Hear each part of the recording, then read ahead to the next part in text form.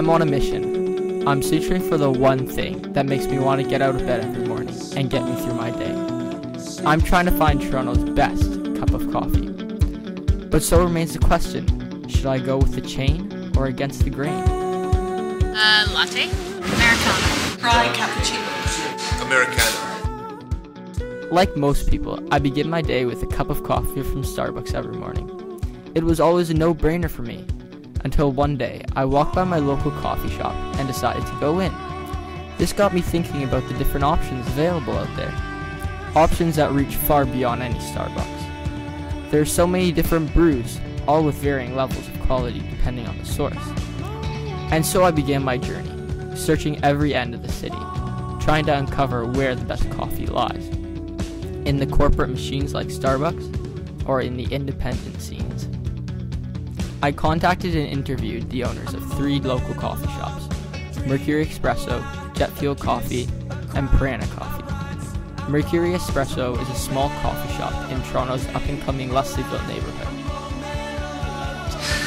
Well, we all get into it for the coffee, right? Jet Fuel Coffee is a common hangout spot amongst locals and cyclists.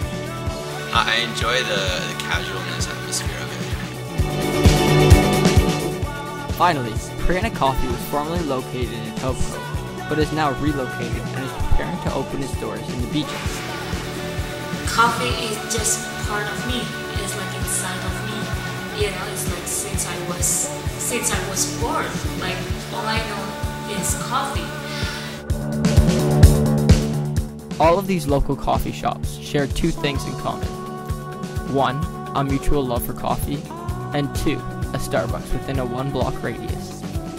The way I see it is Starbucks is a multi-billion-dollar corporation with locations in 49 different countries. It is also the largest coffee house company in the world with over 17,000 stores worldwide. If a local coffee shop is surviving 2 doors down from a Starbucks, there must be a reason. So I began at Mercury Espresso, asking the owners and customers why they prefer Mercury over the Starbucks. The main difference is that our market is definitely coffee. Yeah. And that's what we specialize in. So I think really in the end it's people that want a unique place to drink their coffee, people that want to drink good coffee, people that want something a little bit different than what everybody else has to offer. It's often cheaper and people are often nicer. I like to support local business and their coffee is very good. So the first local coffee shop that we visited was Mercury Cafe. At first when I went in there, I didn't really know what to expect because I never really go into the coffee shop very often. I'm usually just kind of a Starbucks kind of person. So when I first went in, I realized kind of how chill it was. It had a very local feeling. You knew that everybody who went in there often. You don't really get as homey of a feel when you're in the Starbucks Cafe. And then after we went to go and see Mercury Cafe, then we went over to Jet Fuel in Cabbage Town. Well, there's a Starbucks that opened up across the street, and no, not at all. In fact, I feel like we're busier. It's very different from anywhere else I've worked, that's for sure. Our boss is really eccentric. He kind of really lets us just be who we are. Sebastian told me how Jet Fuel has somewhat of a cult following. He was right. The customers seemed to agree. I come here for the music. I come here for the funky atmosphere. I come here for the really strong, delicious coffee. I come here because the people are interesting. So next up, I went and visited Jet Fuel Cafe, which is in Cabbage Town. It was kind of a whole new cult. It was the opposite spectrum of Mercury Cafe, since Mercury was so slow-paced and Jet Fuel was so fast-paced. But then we started to talk to the manager, whose name was Sebastian, and we really started to learn of the whole entire cult that followed Jet Fuel Cafe. They had a cycling team and all this stuff, and it was kind of interesting to see the whole entire community that was based around one little local coffee shop. And then after we were done with Jet Fuel, then we moved on to Piranha Cafe in the beaches. 5 cents cheaper.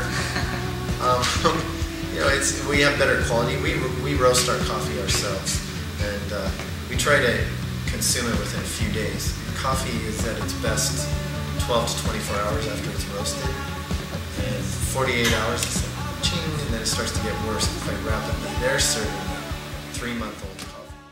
Brandon told me that they'd be opening up later that week, so of course I followed up with it. But when I showed up, nothing had changed. The windows were still covered with newspaper, and they hadn't even gotten a sign up yet. There was no visible clue to let people know that the coffee shop would be opening. Did the pressures of the big chain finally get to them? Were they overshadowed by the big bad Starbucks machine? Turns out, they had more experience with their coffee enemy than I thought. Well, I don't really know anything about running a cafe, and who better to teach me than them?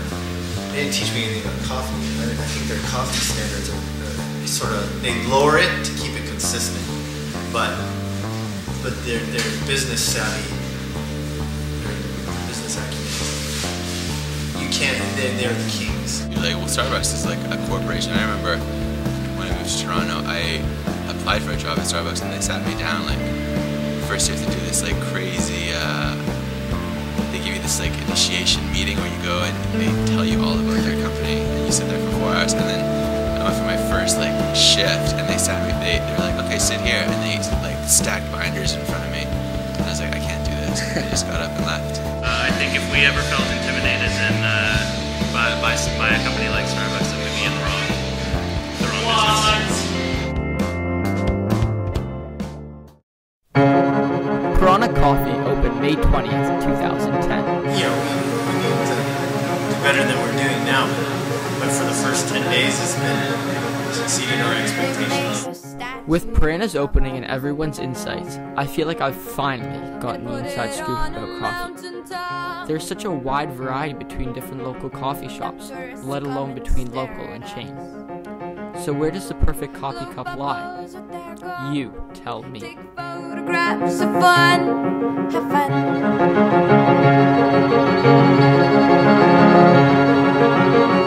They'll name a city after us,